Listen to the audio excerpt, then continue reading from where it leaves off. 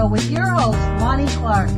We stand together and accept that we now live in a world transformed by Fukushima. Monday, Wednesday, and Friday from 8 a.m. to 9 a.m. Pacific Standard Time here on UCY.TV radio. We relentlessly engage every ear that listens. We expose and confront the complete lack of accountability for the nuclear industry. Consider social engineering programs who view our bodies, minds, and souls as assets on a balance sheet.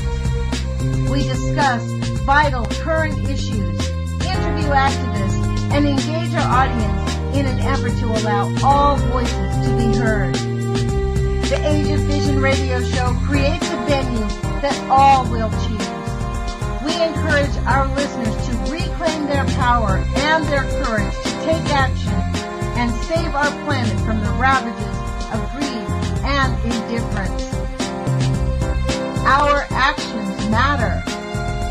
Every voice matters. We remind our listeners that happiness is resistance.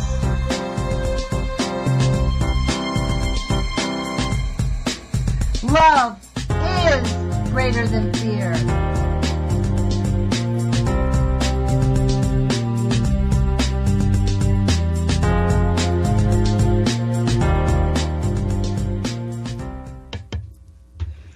Good morning, UCY.TV radio listeners. This is Lonnie Clark again with the Age of Fission radio show. Today is February 2nd, 2018. It's 8 o'clock in the morning here on the West Coast. Thank you for joining us.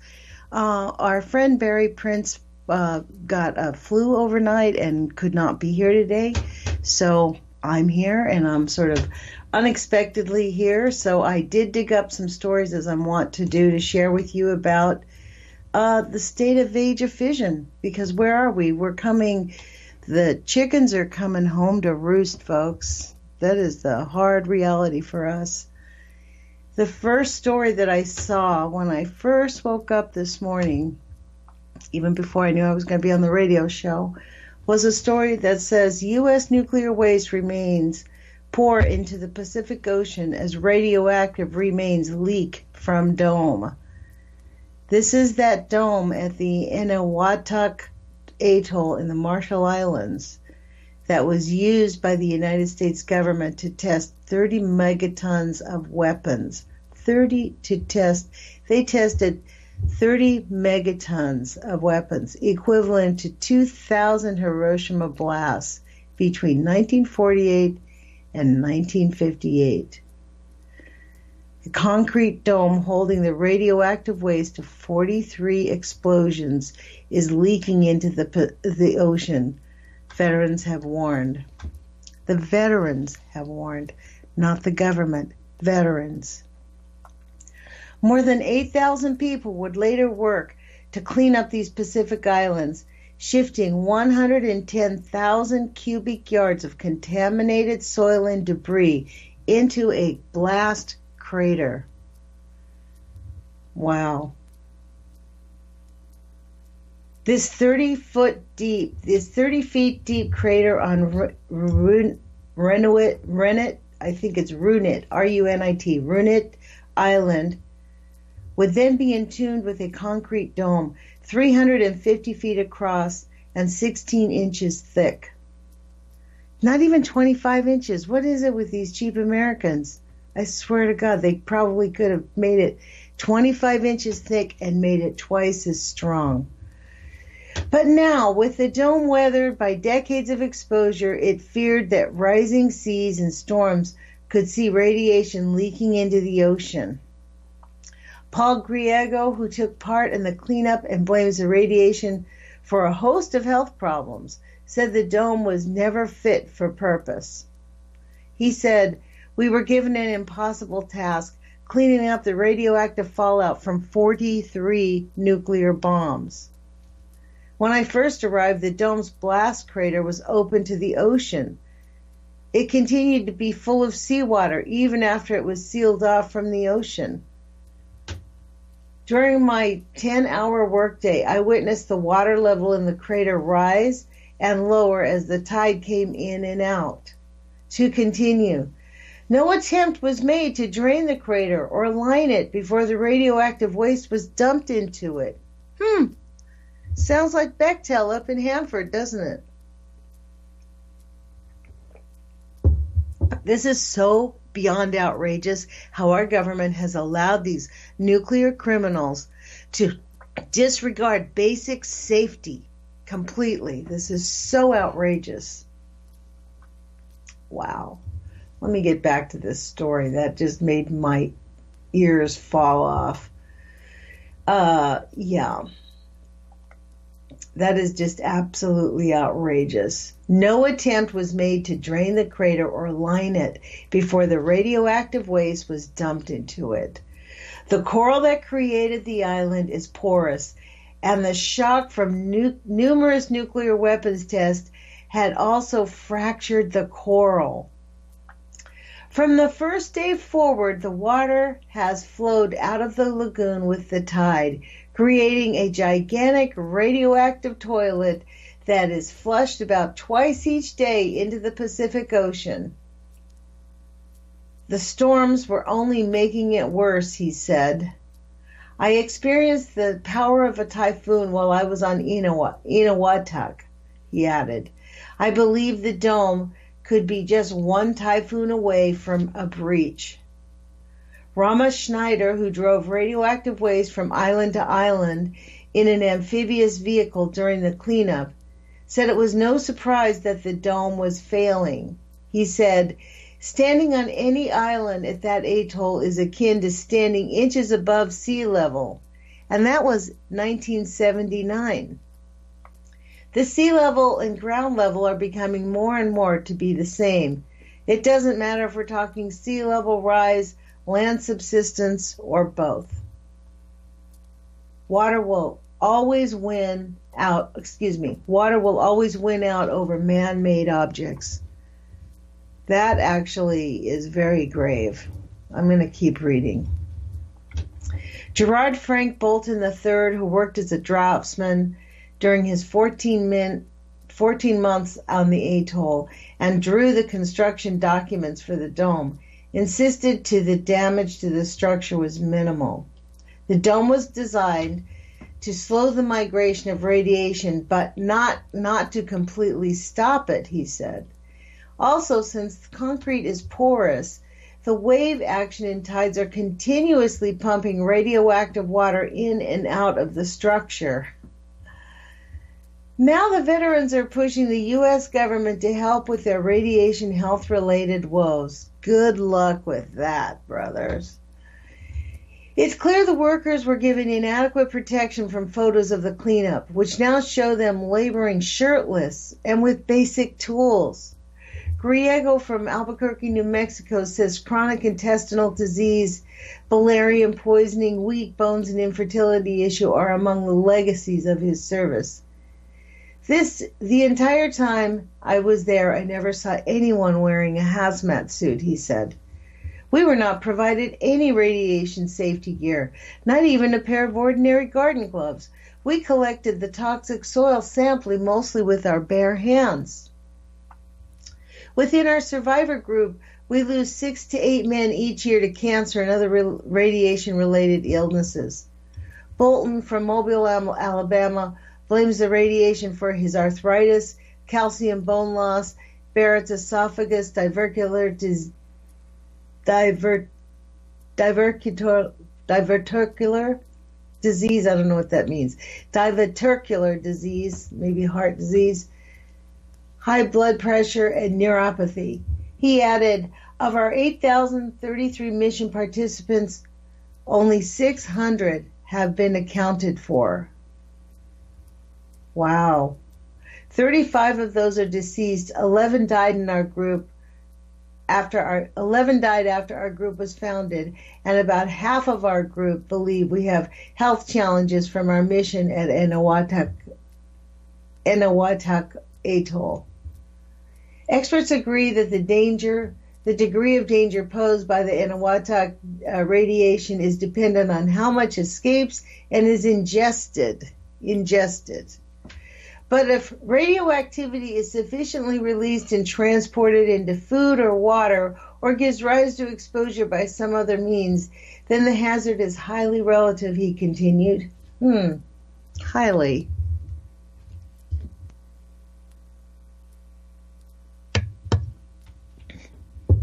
I don't know about you guys, but that is just offensive how, I don't know, not freaked out these people are that are involved in this.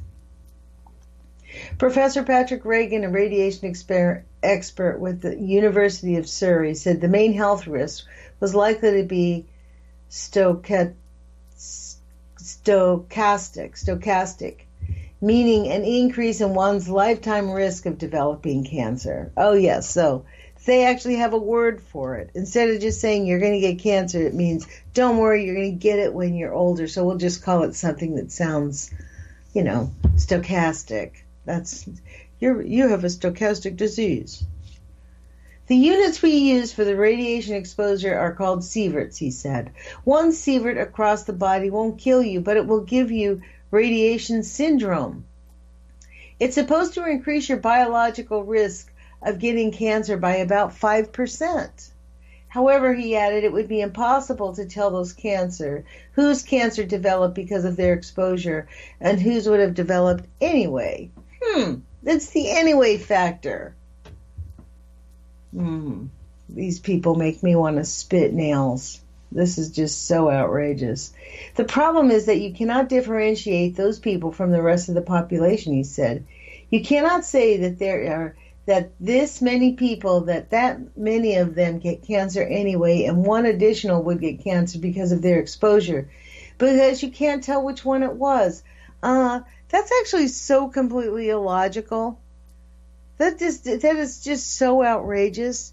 You actually can do a study of people who are exposed to radioactivity and have a test group of people who are not exposed to radioactivity, and follow them for 10 years, and then just compare the levels of cancer and ill health and all this other stuff that happens.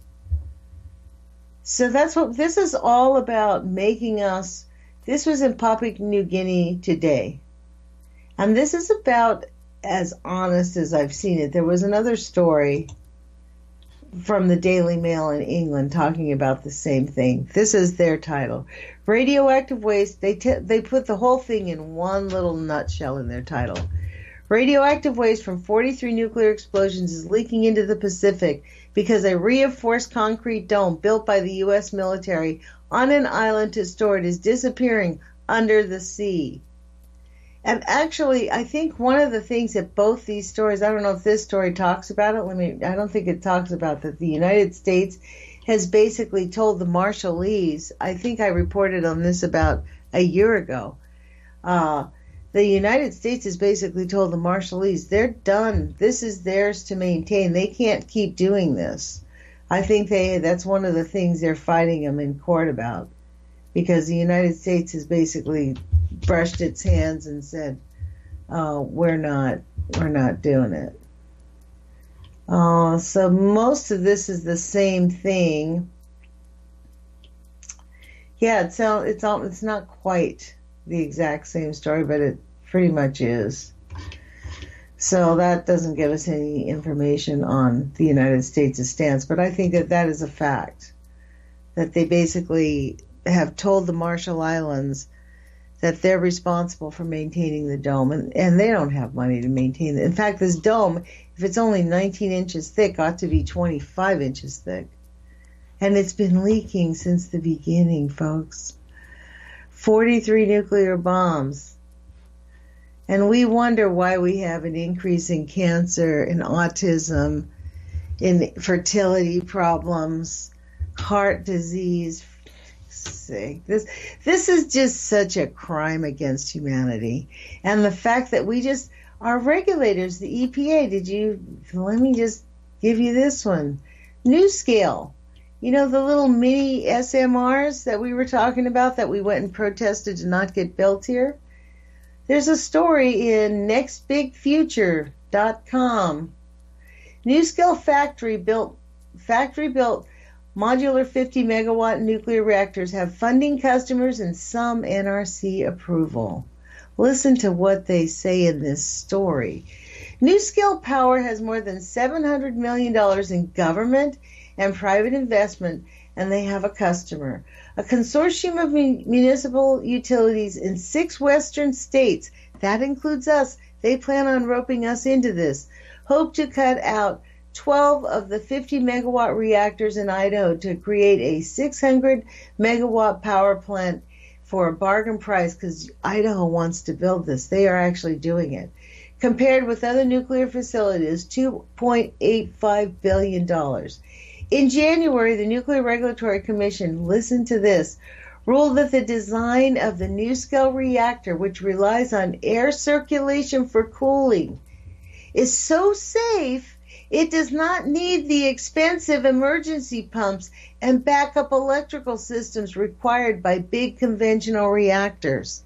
Because it's just so safe.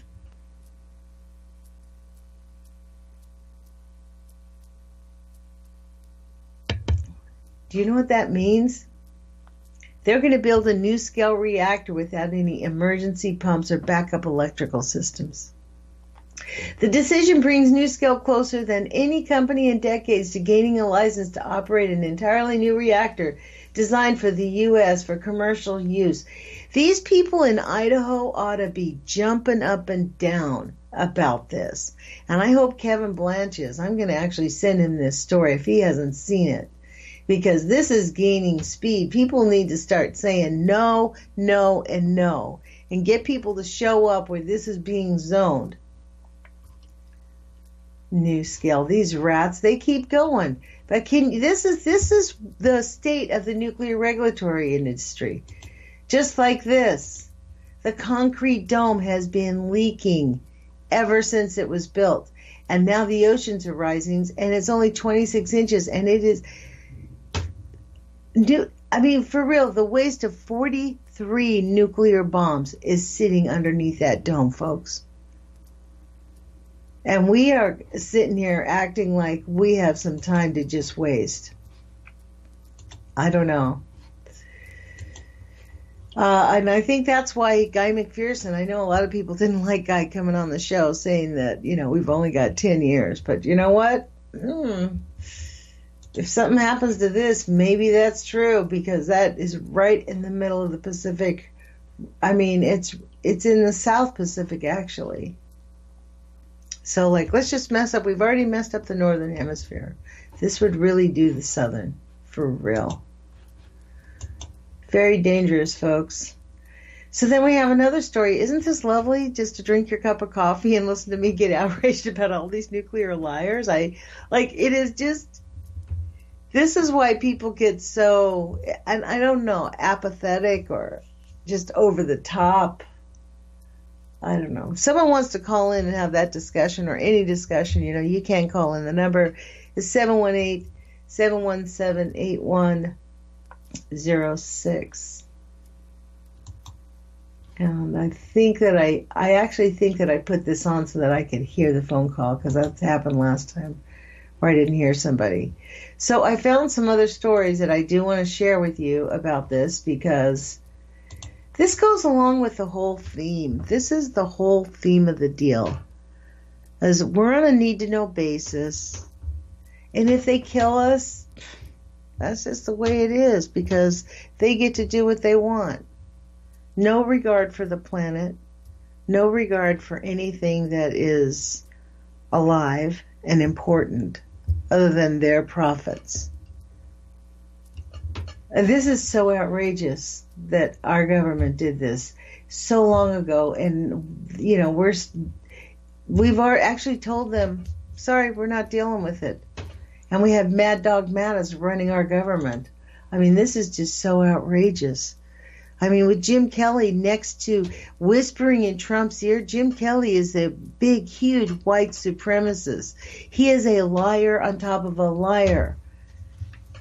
I mean, isn't that his name, Jim Kelly?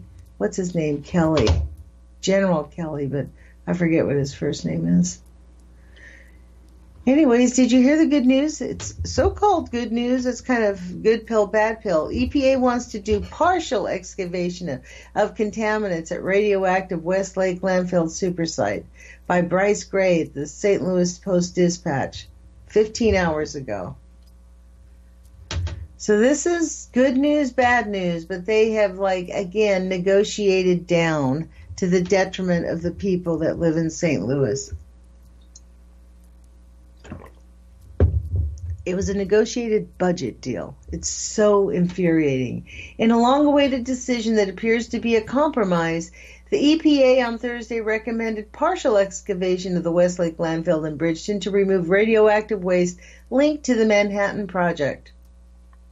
The EPA said the proposed remedy, which calls for excavation plus, is expected to take 5 years to implement and will remove the, quote, majority of radioactivity by digging a depth of about 16 feet, while installing an engineered cover system for long-term protection. This is outrageous. The consideration here was timing. It certainly was.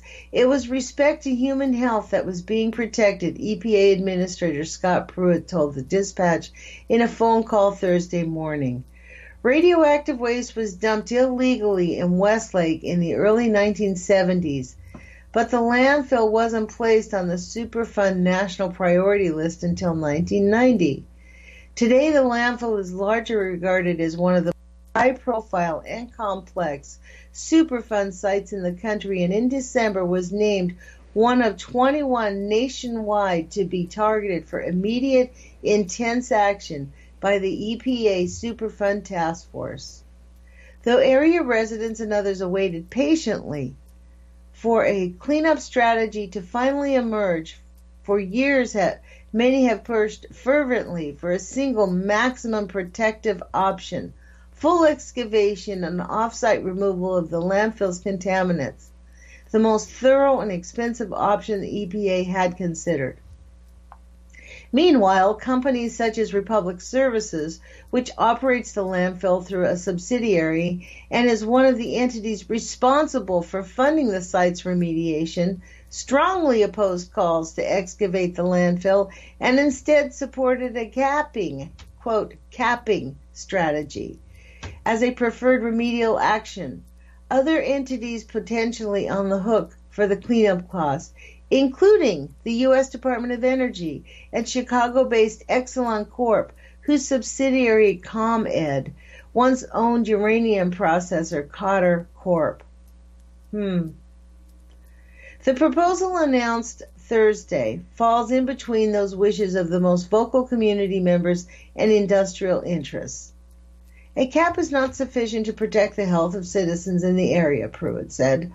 Other options weighed by the EPA included an enhanced capping strategy that would meet federal standards for uranium radiation control, a full excavation alternative with disposal of radioactive material in an on-site storage cell, or varying degrees of partial excavation. Another partial excavation scenario would have removed material at any depth until a certain concentration of radioactive contamination was reached. The option ranged in cost from estimates of $75 million for the basic capping remedy to $695 million for full excavation combined with off-site disposal. That is a bargain, if they could do it for that. The selected remedy was projected to a cost of $236 million and will include the enhanced cap, EPA officials said. That is outrageous. So let's give you a third of what you need. That's it. That's good enough. A third. A feasibility study released in the months leading up to the proposal estimated that the 16-foot partial excavation strategy would remove 27% of radiologically impacted material from the site.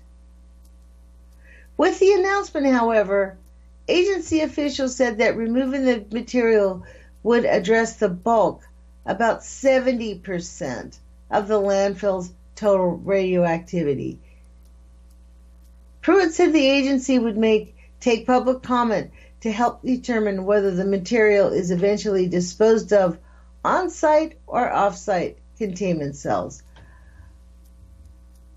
I am dumbfounded by this. I mean, I don't know about you, but the difference between a feasibility study saying 27% and Pruitt saying 70% and the feasibility said 27%, that's a huge disparity. That's big. That's not even like halfway close. So I wonder where Pruitt got his information from. What makes him say that? Some in the community who followed the issue said that the proposed measure does not go far enough. No kidding, I'm on that side. Partial removal is not acceptable, said Ed Smith, policy director with the Missouri Coalition for the Environment, in a statement. It means high levels of radioactivity will be left behind with the potential for water and airborne contamination into the future, creating unnecessarily long-term risks to the St. Louis region and everybody down south of the Mississippi. Have you seen where this is? It's right on the Missouri River, like boom, feeds right into the Mississippi. It's outrageous, you guys. Others were more supportive of the proposal and said it was a, quote, encouraging change of direction from the agency. You know, something is better than nothing. I do give you that one. The major victory is that we heard a lot of acknowledgement from EPA that this waste is dangerous and needs to be removed from your community. That's true. She's right, said Don Chapman, co-founder of Moms STL, a group of resident activists focusing on the landfill that contains radioactive waste. This is a far cry from the conversation that was happening 5 years ago. Chapman was among a group of concerned citizens who spent Thursday morning discussing the proposal in person with agency officials, including Albert Kelly, a top advisor to Pruitt, and the chairman of the Superfund Task Force. Albert Kelly. I'll write that down. I wonder if he's related to General Kelly.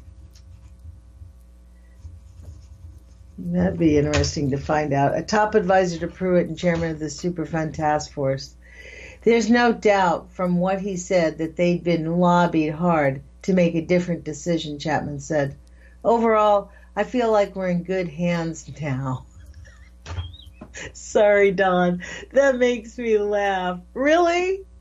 Oh, my God. You're easy to satisfy. That is hilarious. Okay. Pruitt said that although deeper radioactive contamination occurs 40 to 80 feet beneath the landfill's surface, it does not pose a public health risk. And according... Okay. Pruitt said that although deeper radioactive contamination occurs 40 to 80 feet beneath the landfill's surface, it does not pose a public health risk, and according to agency technicians, removing it could possibly trigger a new subsurface fire. So it's already in a dangerous place, so let's just keep it buried and wait for it to explode again. As we looked at going deeper than we are now, we had to ask the question, is it necessary to protect health, and does it pose other risks and dangers, said Pruitt. We absolutely, through this process, thought through all those options, and we have come down exactly the amount of depth we need to go to achieve protection, and also not to create new issues and new concerns for the people in the community. He said he was also concerned by the extra decade that deeper excavations were expected to take for completion. The proposal I saw that was around 14 to 15 years, and that's something I thought was simply not acceptable, Pruitt said. It did not provide that kind of certainty to the community. Reactions from area politicians range from disappointment that full removal of contamination was not pursued to relief that the EPA was at last advancing towards a plan of action at the site. U.S. Representative William Lacey Clay, a Democrat of St. Louis, called the decision a huge victory for our long-suffering community. Representative Ann Wagner, Republican of Baldwin, applauded the EPA for proposing a viable permanent solution. But St. Louis County Executive Steve Stenger said he was disappointed in the EPA's proposal, saying that the agency should have elected to excavate and remove all hazardous materials from the West Lake landfill. Steve Stenger. St. Louis Mayor Lydia Krewson said she was briefed Thursday morning by several EPA officials, in part because the city-owned St. Louis Lambert International Airport is close to the site, folks. So if you go to St. Louis, do not be driving around because you're exposed to radioactive contamination there. Okay, let's get back to this. She said the city will have to work out an agreement with the Department of Energy, Republic, and others involved entities regarding bird migration to ensure that uncovering garbage at the landfill won't attract birds that could interfere with aircraft serving Lambert. What about their exposure to radioactivity?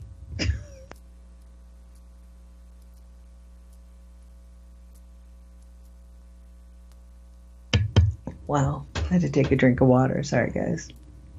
On with the story. We have time to finish it. Manhattan Project Legacy. The radioactive contamination at the site traces its origins to the development of nuclear weapons through the Manhattan Project in World War II, which used uranium processed at the Mallinckrodt Chemical Works factory north of downtown St. Louis. In 1973, about 8,700 tons of bleached barium sulfate from the weapons program was mixed with approximately 38,000 tons of contaminated soil and used to cover trash being dumped at the landfill, according to the EPA. The process of settling a cleanup strategy also stretches back decades. After years of analysis, a decision to place a cap over the landfill was seemingly reached in 2008, record of decision from the EPA, before public outcry pressured the agency to reevaluate. That record of decision had not regarded groundwater as a potential pathway for contamination, although the unlined landfill rests above a porous layer of gravel in the floodplain of the Missouri River. Wow. In the years to follow, the site took on new levels of notoriety and public concern when a smoldering underground fire was detected at the adjacent Bridgeton landfill in 2010. Okay, now, the fire, officially referred to as a subsurface smoldering event, is still burning a couple of 100 yards away from areas of known radioactive contamination. With Thursday's newly proposed remedy, the agent has now taken a major step, perhaps the biggest step, towards producing another record of decision for the site. By Tuesday, a formal notice was published and supporting documents that guided the decision will be available. The proposal will be subject to a period of public comment before any decision is finalized. People will be able to submit comments by mail, email, or online, or in person at a March 6th meeting in Bridgeton. I do want to emphasize this is a proposal, Pruitt said. We may learn many things throughout this decision that inform this process. That process is likely to attract a storm of comments from both citizens and entities paying for the cleanup, formally identified as potentially responsible parties or PRPs. Depending on the amount of feedback received, that final decision could still be months away or beyond. The path is beginning implementation of a final record of decision could take years, Public Services said in a statement on Thursday. From here, we will participate fully with the EPA's comment period, as well as engage vigorously with the EPA and the other PRPs, that means the Department of Energy, to ensure that the final remedy performed is based on science and is fully protective of human health. You liars. If you cared about human health, you'd start moving that stuff right now. A spokesman of the Department of Energy did not respond for a request for comment. Cotter, in a statement, said that the company will continue to work towards a science-based solution that protects the health and safety of the local community. You lying snake. Community members are also preparing to make their voices heard in the comment period, including those still advocating for full excavation of the site's contamination. Hear, hear. If people around St. Louis agree that while they're digging, they should get it all, hopefully we get a massive public comment. If the people, let me read that again by Smith. If people around St. Louis agree that while they're digging, they should get it all, hopefully we get a massive public comment, Smith said. Chapman said that while EPA officials noted they are confident there is sufficient scientific evidence to fend off challenges to the proposal, she has some concern about the well-funded opposition hindering it from crossing the finish line. There's a lot of that this community still faces with this site, Chapman said. We have an even bigger battle now to make sure this happens. Yeah, talk is cheap. I mean, they're getting it. That is for sure. And the money that Republic Services, did you notice the hints that Republic Services told us that they're going to do? I mean, they are from here, we will participate fully in the EPA's comment period as well as engage vigorously with the EPA's. This means engage vigorously means they're going to keep asking for delays as long as possible.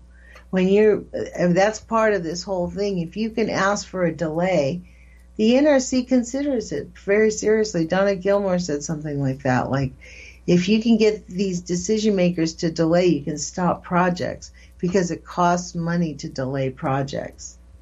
So that's what this is about. That's what they're saying there. They have no regard. And the responsible PRPs, the DOD, you think they want to pay for this? Heck no, because then that means they have to admit that this stuff is completely horrible. Again, here we have, did we get to the Fukushima thing? Yeah, I think we did. No, we didn't. So this Fukushima, the news in Fukushima, it's 8:38. We have time. This came out 6 hours ago. I mean, for real, folks, World War III has started.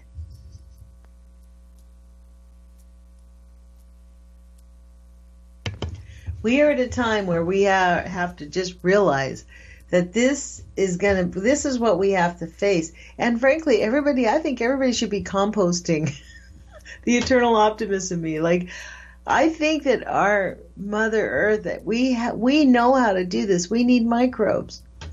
We need fungus to grow. We need to help ourselves, and then we need, the chemtrailing, the geoengineering, what do they call it? Climate interference or something. I think I read that. They're calling it climate interference. Really? That's what they're calling those airplanes in the sky. It's part of a climate intervention.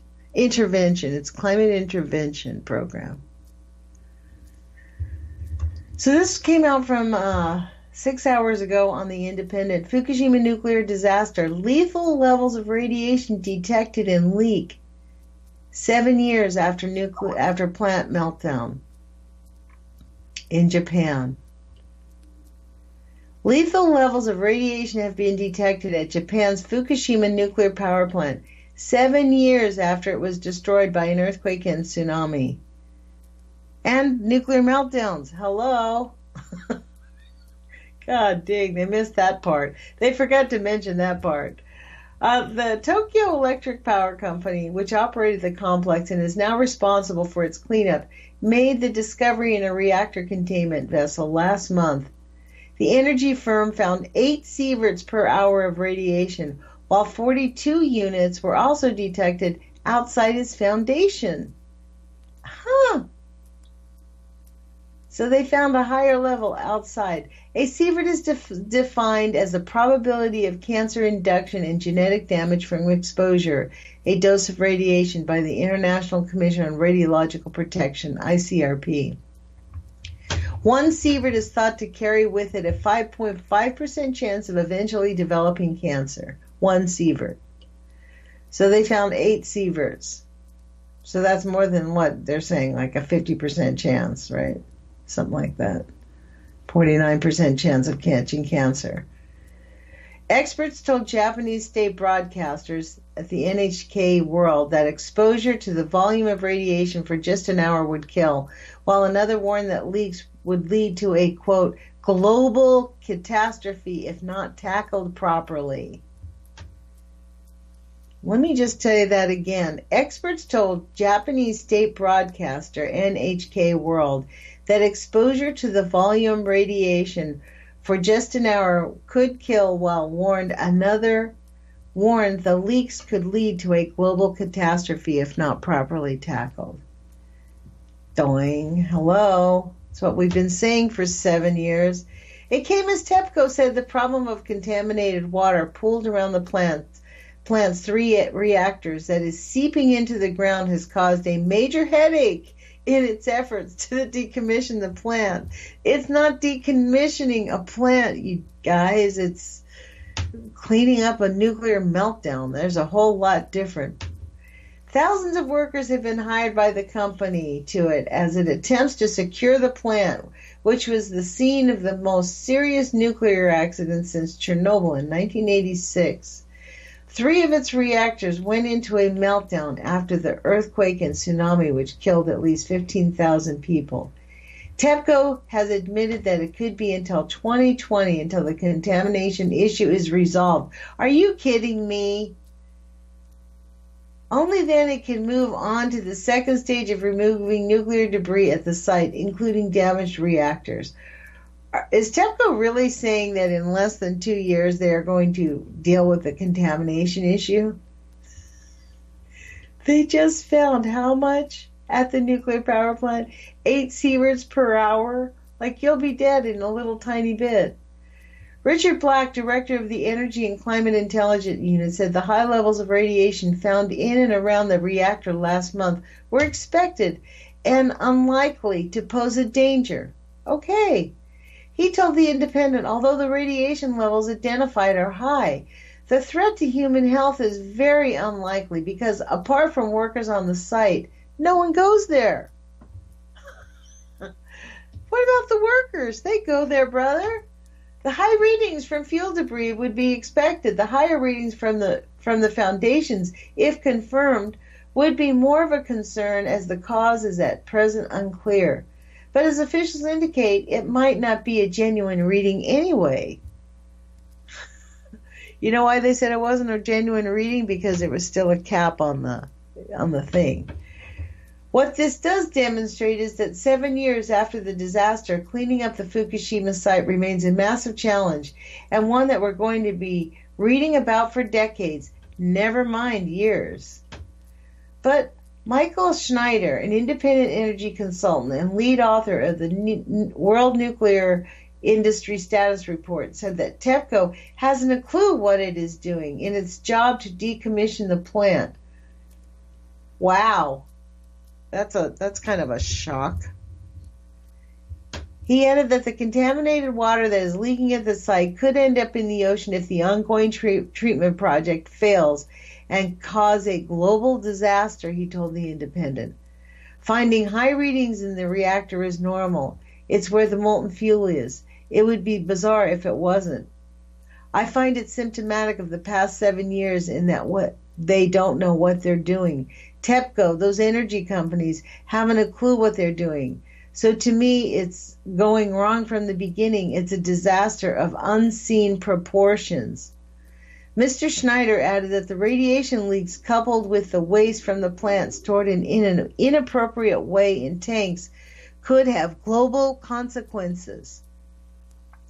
This is an area of the plant that gets hit by tornadoes and all kinds of heavy weather patterns, which is a problem. When you have waste stored above ground in inappropriate ways, it can get washed out and you can get contamination all over the place. This can get problematic anytime. If it contaminates the ocean, there is no local contamination. The ocean is global, and so anything that goes into the ocean goes to everyone. He added, it needs to be clear that this problem is not gone. This is not just a local problem. This is a major thing. The Independent contacted TEPCO for comment, but the energy giant has not yet responded as of the time of this publication. Wow. This is serious, folks. And then, I mean, when you think about it, I'm going to see if I can open that link on the NHK World, if it's in English. Between the concrete dome, the EPA leaving their nuclear waste right in the middle of it. I mean, NewScale getting contracts where they say they don't have to have safety backup, no emergency pumps, no electrical systems, no safety backup at all. The NRC is just allowing it in the face of all of this. I find that shocking.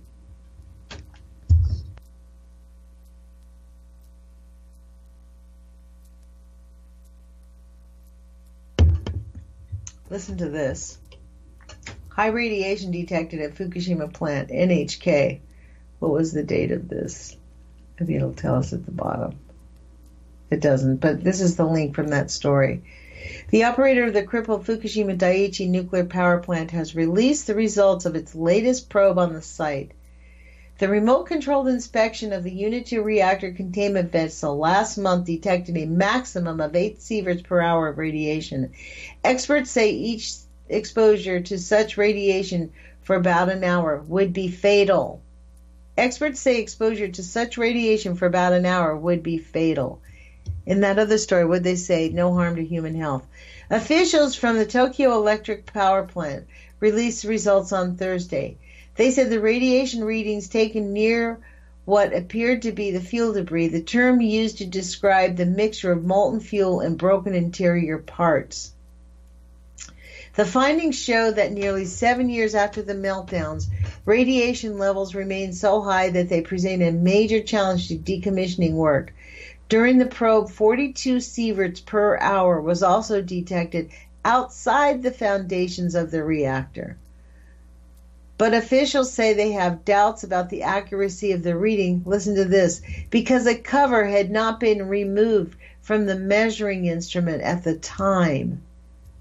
So there was a cover on top of it and still read 42 sieverts outside the foundation and 8 sieverts inside reactor 2.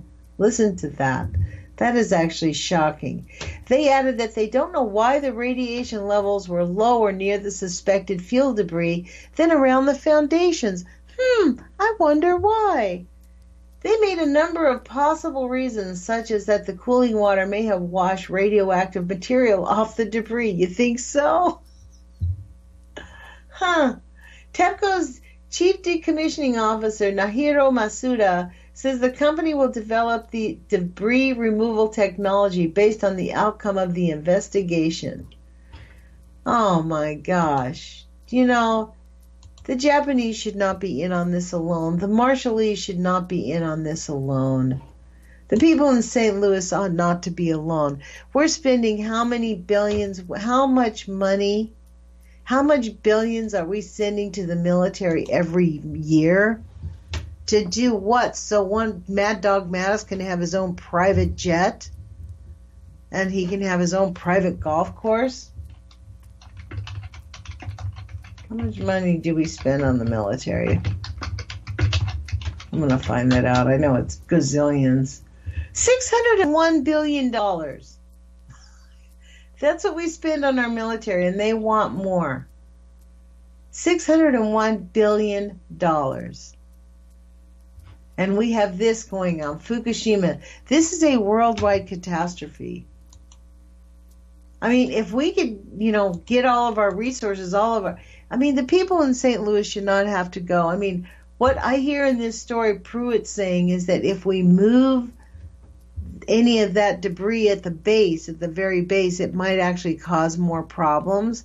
I wonder what's down there. Why don't they tell us exactly, full disclosure? What are they saying? I think what they're saying is that they think it will blow up if they move it. Because that thing's down there and there's, it's a mixture of things. It's not just radioactive waste. That's what makes the Westlake landfill so dangerous. It's a mixture of, Superfund site waste plus radioactivity, which is outrageous. And then we have the ever, liberal nation, The Nation. Ray Atchison wrote this. Resisting nuclear weapons means resisting injustice and oppression. Nuclear arsenals are part of a broader system of patriarchy, racism, militarism, and capitalism. And what about ignoring radioactive waste, brother? I mean, for real. I can't read this story because it completely ignores the eyesore. We don't need nuclear weapons. I mean, honestly, this kind of a story makes me just spit nails at the so-called liberal agenda. Because we have nuclear war going on. It's called Fukushima, St. Louis, Hanford. I mean, it is outrageous. The Marshall Islands, 43 nuclear bombs exploded in one little atoll. They put a cap on it that's less than 25 inches thick. And now they're just walking away from it. The United States military, we're spending $600 billion. That is just beyond outrageous. I don't know how we can just allow, I don't know how we can stop it. I guess that's the bigger lesson, right? Like, yeah, just try to stop it. This machine is going on its own. I mean, they're just, here's this other story that I thought was interesting. How Congress's extension of Section 702 may expand the NSA's warrantless surveillance authority. This has a lot of impact to me and you because we're talking about the N-word, the new N-word, nuclear. You're not allowed to say that and say that nuclear is bad and this is killing us, that this is going to be a disaster. If we continue to ignore Fukushima, it is going to be a disaster that it's already a disaster we can't really fix. Maybe that's why they're not looking at it. I don't know. I think if they did look at it, maybe we could fix it. We could figure something out. But what they're doing here, just leaving the Japanese to like doing the doing doing. I mean, they're all. Imagine this. We've got scientists living in that area near the Fukushima Daiichi nuclear power plant, whose brains are being literally fried by radioactive contamination, being held responsible for the ones to fix the solution. There's no guiding force outside there, outside of that area. It's them. It's the blind leading the blind, the sick making an effort to find their own cure. It's so outrageous. I mean, it's beyond outrageous. They knew exactly what they were doing. There was a story I saw that said they refused to do safety testing 5 or 6 years earlier. They just refused to do it. They were told to do it. They were told to do it, and they didn't. So, but this story is a pretty shocking one about the NSA coming to take away our rights to just live and not be spied on. Last month, Congress reauthorized Section 702, the controversial law the NSA uses to conduct some of the most invasive electronic surveillance. With Section 702 set to expire, Congress has a golden opportunity to fix the worst flaws in the NSA surveillance program and protect Americans' Fourth Amendment right to privacy. Instead, it re-upped Section 702 for 6 more years. But the bill passed by Congress and signed by the President labeled Section 139, didn't just extend Section 702's duration, it also may expand the NSA's authority in subtle but dangerous ways. The reauthorization marks the first time that Congress passed legislation that explicitly acknowledges and codifies some of the most controversial aspects of the NSA's surveillance program, including about collection and backdoor searches. That will give the government more legal ammunition to defend these programs in court, in Congress, and to the public. It also suggests ways for the NSA to loosen its already lax self-imposed restraints on how it conducts surveillance. This is background of Section 702, and I don't know if you guys know about it, but I'm not going to read the whole thing because we've only got 5 minutes. This was that whole thing about them taking it. Okay, codified. One key area about the new authorization could expand Section 702 is the practice commonly known as about collection or abouts collection in the language of the new law.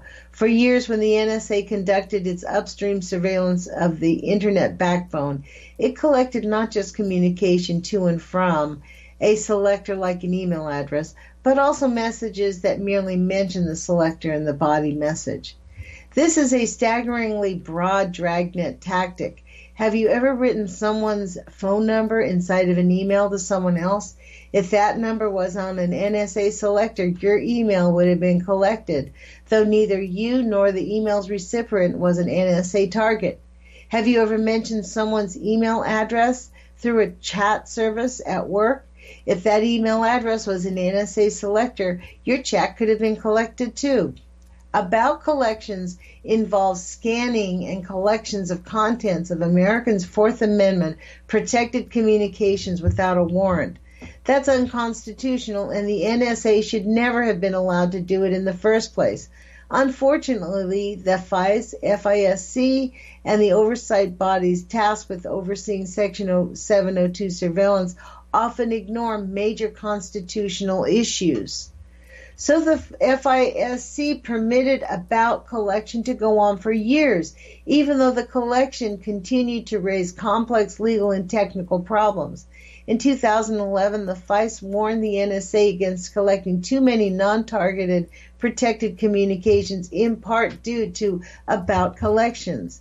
Then the court imposed limits on upstream, including on how about communications were handled. When the Private and Civil Liberties Oversight Board issued the Miliskit-Toast report on Section 702 in 2014, it said that the about collection pushed the entire program close to the line of constitutional reasonableness. For its part, the NSA asserted that the about collection was necessary technically to ensure the agency actually collected all the to and from communication it was supposedly entitled to. In the April 2017, we learned that the NSA's technical and legal problems with the about collection were even more pervasive than previously disclosed, and it had not been complying with the FISC's already permissible limits. As a result, the NSA publicly announced it was ending about collections entirely. This was something of a victory. Oh my gosh, I don't think we're going to get to it. Yeah, so we've only have 30 seconds. This reauthorization codifies this controversial practice. So there's a lot going on, you guys, and I hope, Barry, I hope you feel better, and I encourage everyone to take some action, get engaged in this. We can't just let them, destroy whatever levels of freedom we have left. Put your courage fit on and take action, you guys. Talk to you Monday.